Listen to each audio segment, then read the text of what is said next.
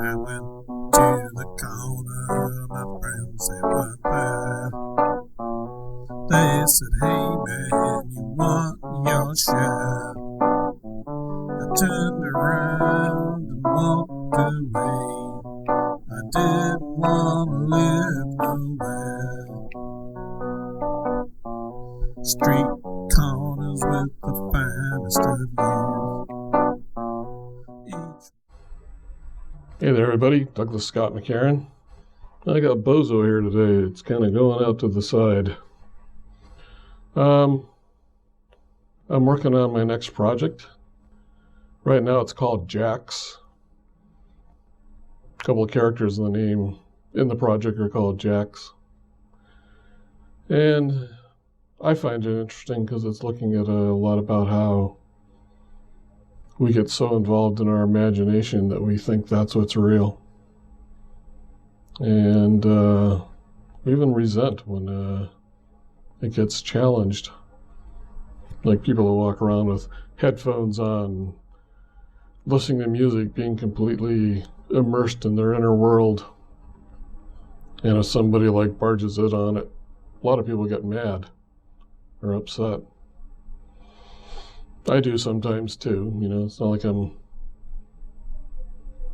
not part of the human race, you know, I'm very much of a human. But, you know, when it comes to acting and stuff, it's very interesting because we all know we're a character and we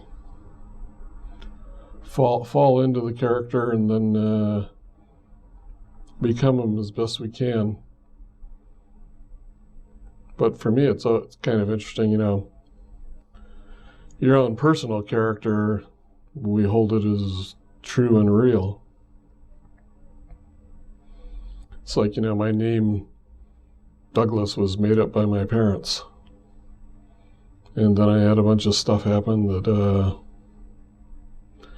I just formed up an understanding of the world, and that's how I interact with it. I don't know, today I was with a coach and she wanted me to come up with gratitudes, and I was kind of frustrated and I couldn't come up with any, so she ended the call. That was kind of off-putting. But anyway,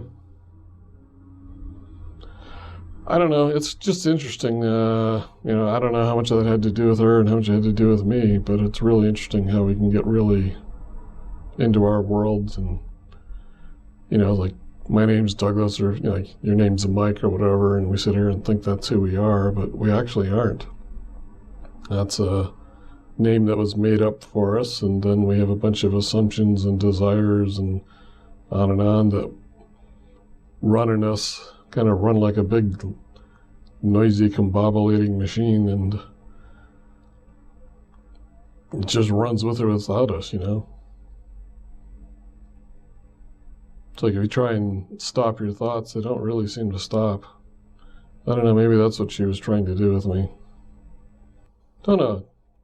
I'm upset a little bit. But anyway, it's interesting when playing a character because you get really involved in it, and yet at the same time it's not who you are, and then you miss it like it's a real person. And I just kind of wonder what that means about how we interact with real people, because it seems like,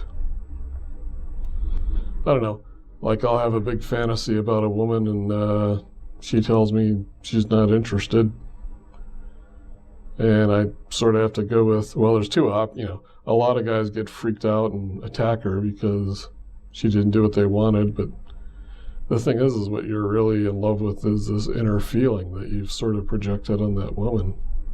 And then you strike out at her because she's an actual human being who isn't your inner thoughts and feelings.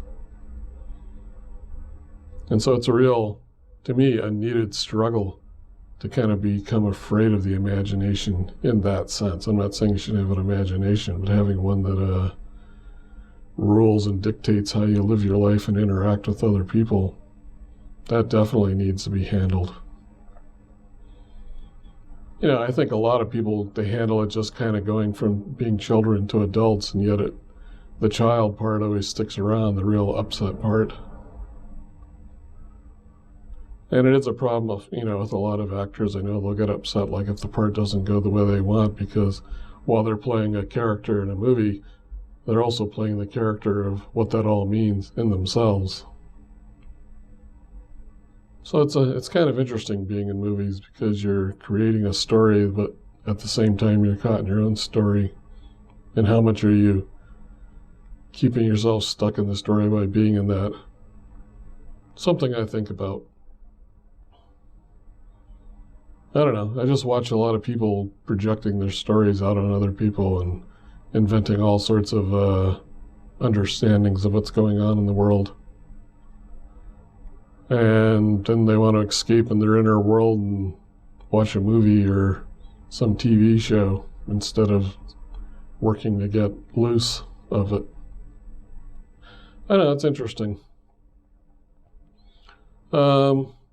I hope you find these valuable. I don't hear from a lot of people back. I hear from a couple of people, but hopefully what I'm doing is of value to people and some people like it. Anyway, I just want to suggest that as actors, as movie makers, you kind of check into yourself about how much you're playing a character you think is real while you think you're playing a character that isn't real. It's kind of an interesting situation. Therapy and meditation and workshops I always found to be pretty good. But it's an, interesting topic.